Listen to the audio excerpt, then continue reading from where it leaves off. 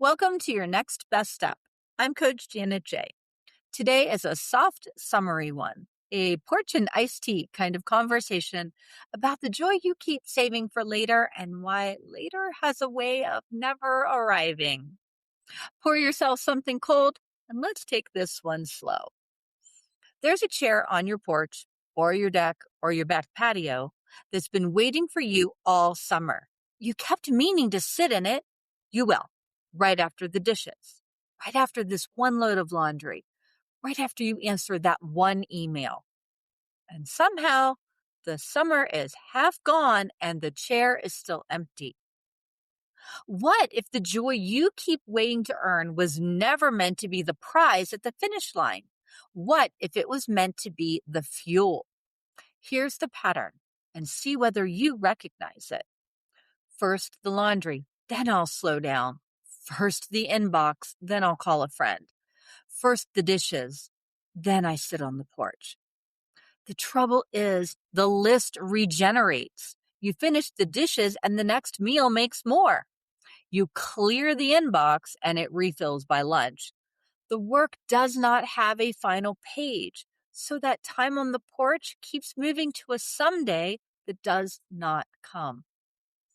And summer is the hardest season for this because summer is the very time you want to most enjoy these things. The long evening, the good, juicy peach, the breeze that shows up around 6 or 7 o'clock. Maybe your list this week is a parent's medication schedule and a work deadline. And of course, a sink full of dishes. Maybe it's grandchildren or a house that's gone way too quiet or a season of caregiving that asks for everything you have. Whatever fills your list, the season you keep meaning to enjoy is happening right now while you are waiting to deserve it. There's a moment in the book of Nehemiah that has really always stayed with me. The people of Israel have come back from exile. The city wall is rebuilt, and now the long, slow work begins, rebuilding their whole life as a people, their worship and their community from almost nothing. And on one of the very first days of that enormous unfinished project, the leaders tell them something surprising. The people are weeping, weighed down by how far they still have to go. And the word that comes to them is this: go, enjoy the good food, drink the sweet drinks, and send some to those who have nothing prepared. Then comes the line, Nehemiah 8, verse 10. Do not grieve, for the joy of the Lord is your strength. Sit with the timing of that. The joy came at the very beginning, with the work barely started. That day of good food and sweet drinks and sharing was itself the strength they were being given in advance for the long road of building ahead. The celebration was the fuel the work would run on. There is research that lands in the very same place. A psychology researcher named Barbara Fredrickson spent years asking one simple question: what are positive emotions actually for? The old assumption was that joy is a pleasant byproduct, a little reward your brain hands you when things go well. What she found points the other direction. Joy appears to do the work.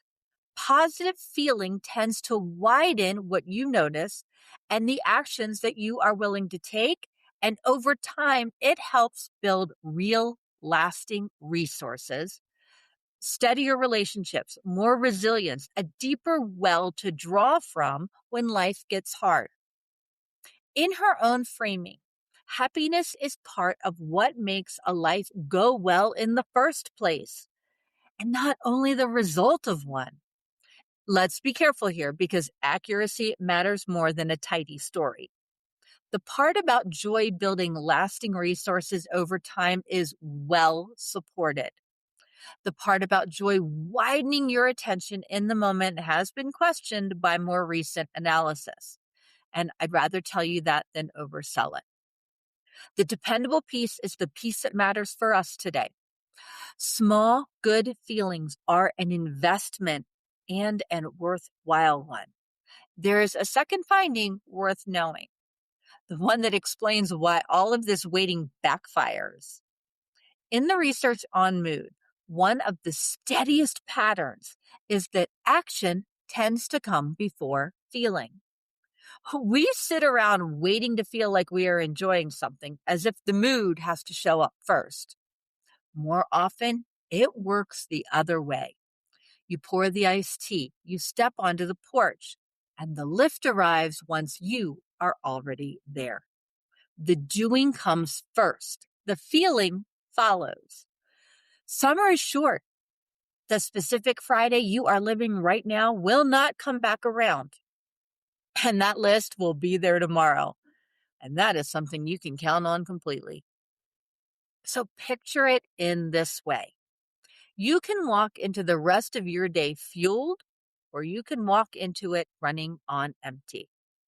A small delight claimed now feeds the work rather than robbing it. It's a part of what keeps you steady. One small joy touches all four pillars because this is never only an emotional matter. Mentally, a moment of delight loosens the grip of the running checklist. For a minute, your attention rests on a cold glass and the warm light instead of the next task. Emotionally, joy gives the heavier feelings some company. The worry stays in the room, and the good moment sits down right beside it, and the day feels a little less like a clenched fist. Physically, pleasure and rest speak a language your body understands.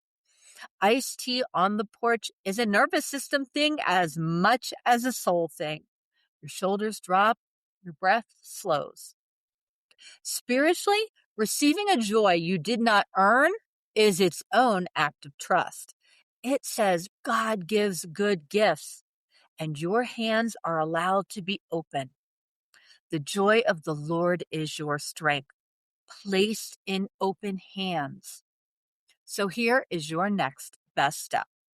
Sometime today, claim one small enjoyment while something on your list is still unfinished. That timing is the entire point.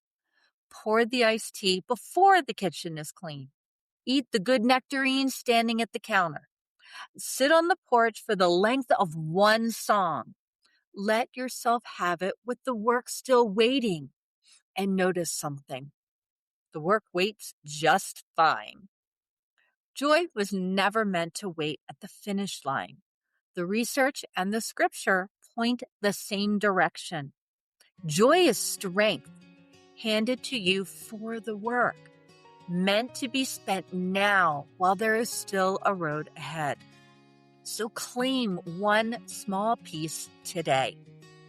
The list will keep. The summer will not. On Monday, we're doing something a little playful and very practical. Christmas in July, and a $5 envelope that can keep next December from sneaking up on you. It's a small idea with a long runway, and I think you'll like where it goes. Follow or subscribe wherever you are listening or watching, as you do not want to miss it. And if you'd like an easy way to build a little of this into the start of your day, my free 5-minute daily reset is waiting for you at yournextbeststep.com. 5 minutes, no 4 a.m. required. I will see you on Monday. Take your next best step.